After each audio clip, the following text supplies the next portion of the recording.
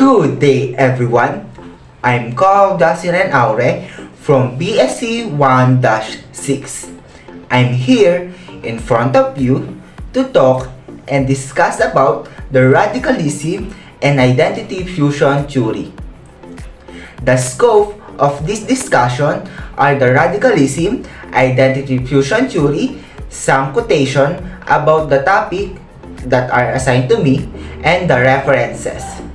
From this point, I will be able to discuss first the radicalism. So class, are you ready to listen? In a political science, radicalism refers to the belief that society must be changed and that these changes can be only achieved through revolutionary means. When most people hear the noun radicalism, they think of left-wing politics. But people on both ends of the political spectrum can be described as radical. The term radicalism derived from the Latin word radicalis, which means of or pertaining to roots, which in turn derived from radix or root. But radical and radicalism arose from the belief that political change must come from the root or the most fundamental source of society. According to Encyclopedia Britannica, the term radical was first used in a political context by the English Parliament Charles James Fox, a leader of the Whigs party left wings, who disagree with the party's conservative liberalism and admire French Republican radical reform such as universal male suffrage. Fox called for the radical reform of an electoral system in 1797. As a result, the term came to be used broadly to refer to anyone who supported the parliamentary reform movement. And now, we will proceed to the history of radicalism. Class, are you ready again to listen?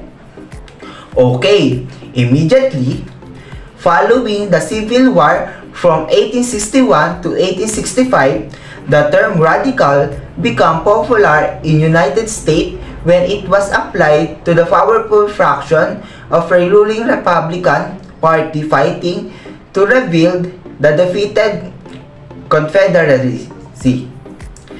Their policies advocate for former slaves' social and political rights, and they oppose the return to power for former Confederates and members of the former slaveholder planter class. For his opposition to their restriction policies, the radical Republican impeaches and nearly convicted the President Andrew Johnson. At their most militant, they advocated for the redistribution of millions of acres of plantation land to former slaves, a policy embodied in the slogan 40 acres and a mule. But only limited land reform programs were implemented. From the end of Reconstruction to the start of the Cold War, radicalism in politics was generally associated with proposal to fundamentally alter the capitalist economic and social system. Radicals demand for reaching changes in property relations in various ways. The Knife of Labor, Greenback Labor Party, and Popularist Party were among the non-socialist radical group of time advocating a wide range of reform, including most or more democracy in politics, various producer and consumer cooperatives, government owners of roadways and telegraph lines, and antitrust legislations to protect farmers.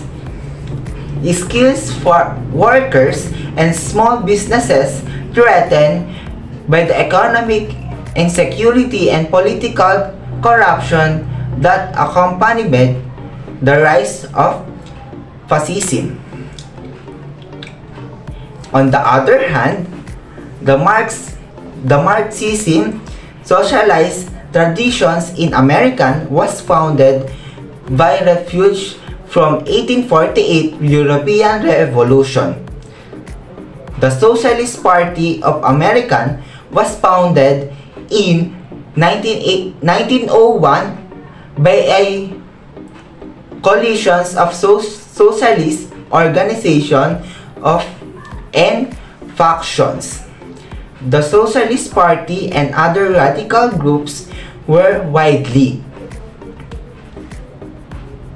revolution waited the Red Scare, which persisted into post-war period against the new Communist Party of the United States, founded in 1999 by radical factions of the Social Party.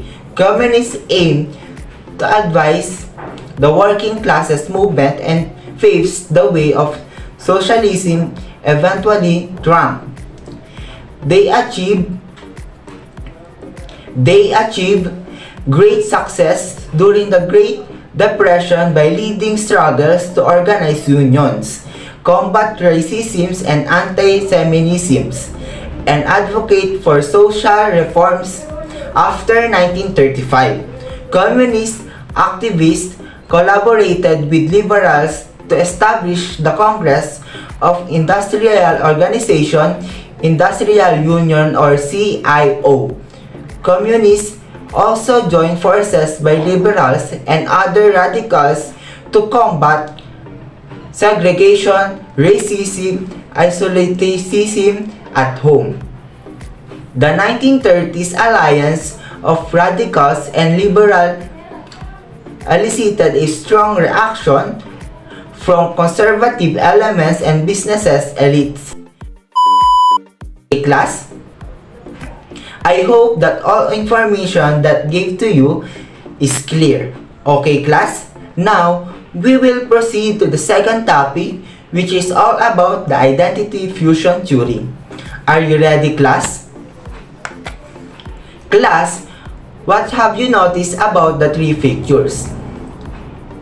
Okay, it is all about the identity and fusion of the particular person, things, and etc. We all know that identity fusion theory is a type of group of alignment in which individual feels a visceral sense of belongingness to the group. The concept is based on the contrast between a person's trait or characteristic that distinguish someone as a unique individual, such as weight, age, or personality. In the social self, characteristic that distinguish someone as a social being. Characteristic that align the person with various groups such as a common nationalistic interest or motivation. There are four fundamental principles of identity fusion theory.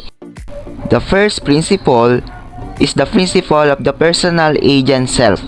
Even when the social self is activated, identity fusion individuals are taught to preserve an active and agentic personal self when they become closely connected with a group.